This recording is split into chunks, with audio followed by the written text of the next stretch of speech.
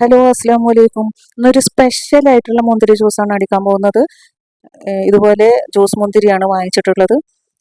Special പറഞ്ഞാൽ വളരെ സ്പെഷ്യലാണ്. ഈ ചൂടത്ത് നമുക്ക് ചൂടിൽ നിന്നൊക്കെ വരുമ്പോൾ നമുക്ക് കുടിക്കാൻ പറ്റിയ ദാഹത്തിനും നല്ലൊരു കുളിർമയും എല്ലാമാണ്. അത് കുടിച്ചാൽ നല്ലൊരു എന്താ പറയുക, മനസ്സിൽ തന്നെ ഒരു തണുപ്പ് കിട്ടിയ പോലെയാണ്.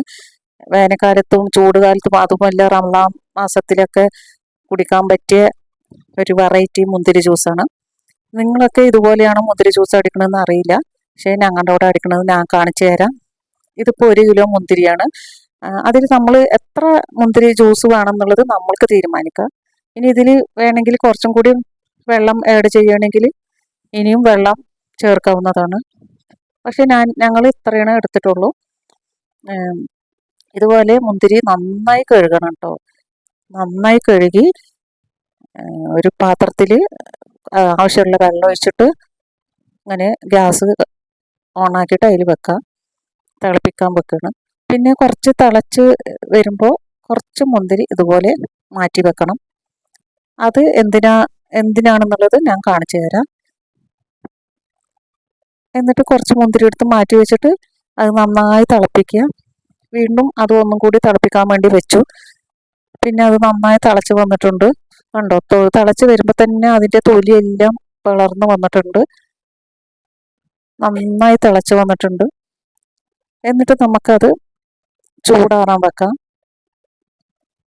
രാത്രിയൊക്കെ നമ്മൾ ചെയ്ത് വെക്കുകയാണെങ്കിൽ പിറ്റേ ദിവസത്തിനൊക്കെ എടുക്കുകയാണെങ്കിൽ നന്നായിട്ട് നമുക്ക് ഇതായി ചെയ്യാം കേട്ടോ.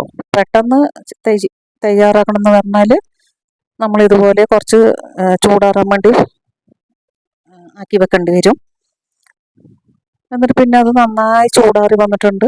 പിന്നെ അത് ഇതുപോലൊരു അരിപ്പെടുത്തിട്ട് ഒരു പാത്രം എടുത്തിട്ട് അതിലേക്ക് അരിച്ച് ഒഴിക്കാം. എല്ലാം അങ്ങനെ അരിച്ചൊഴിച്ചിട്ട് നല്ല ടേസ്റ്റാണ് കേട്ടോ, നന്നായിട്ടുണ്ടാവും കുടിക്കാൻ. ഇതിപ്പോൾ നമ്മൾ സ്റ്റോർ ചെയ്ത് വെക്കുക, എത്ര ദിവസം വേണമെങ്കിലും കേടുവരാതിരിക്കും. ഇങ്ങനെ ചെയ്താൽ നമുക്ക് ഗസ്റ്റുകളൊക്കെ വരുമ്പോൾ പെട്ടെന്ന് നമുക്ക് ജ്യൂസ് അടിക്കാൻ എന്താ ചെയ്യാന്നുള്ള, ചില സമയത്ത് നമ്മുടെ വീട്ടിൽ പെട്ടെന്ന് ജ്യൂസ് അടിക്കാനുള്ള സാധനങ്ങളൊന്നും ഉണ്ടാവില്ല. അപ്പം ഇങ്ങനെ ചെയ്ത് വെച്ചാൽ പെട്ടെന്ന് റെഡിയാക്കാൻ പറ്റുന്നൊരു ജ്യൂസാണിത്.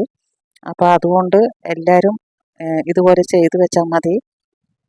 മറ്റേ നമ്മൾ സാധാരണ മുന്തിരി വേവിക്കൊന്നും ചെയ്യാതെ ജ്യൂസ് അടിക്കുകയാണെങ്കിൽ അത് പിറ്റേ ദിവസം തന്നെ കേട് വന്ന പോലെ ആകും.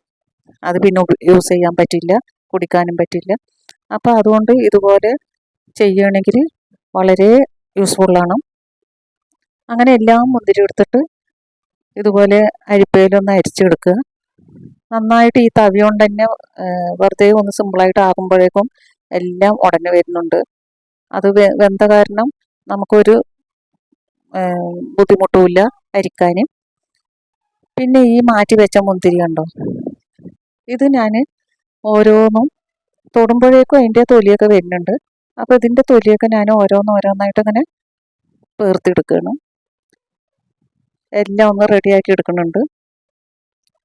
ഇത് നമ്മൾ ഒന്ന് റെഡിയാക്കി എടുത്തിട്ട് അത് ഈ ജ്യൂസിൽ മിക്സ് ചെയ്യുക. അപ്പോൾ കുടിക്കുമ്പോൾ നമുക്ക് ഇതിൽ ആ ഓരോന്നിങ്ങനെ കടിക്കുമ്പോൾ, ഈ ജ്യൂസ് കൊടുക്കുന്നതിൻ്റെ ഇടയിൽ ആ മുന്തിരി ഓരോന്നിങ്ങനെ കടിക്കുമ്പോൾ നല്ല ടേസ്റ്റാണ്. ഞങ്ങളുടെ ഇവിടെ ഒരു ജ്യൂസ് കട ഉണ്ട്. അത് വന്ന ഉടനെ ഞങ്ങൾ ആദ്യമായിട്ട് ഈ ജ്യൂസ് കുടിച്ചത് അവിടെ നിന്നാണ്. അപ്പോൾ അതിൻ്റെ ടേസ്റ്റ്, അവിടുത്തെ ഏറ്റവും സ്പെഷ്യൽ ഈ ജ്യൂസാണ്, ഗ്രേപ്പാണ്.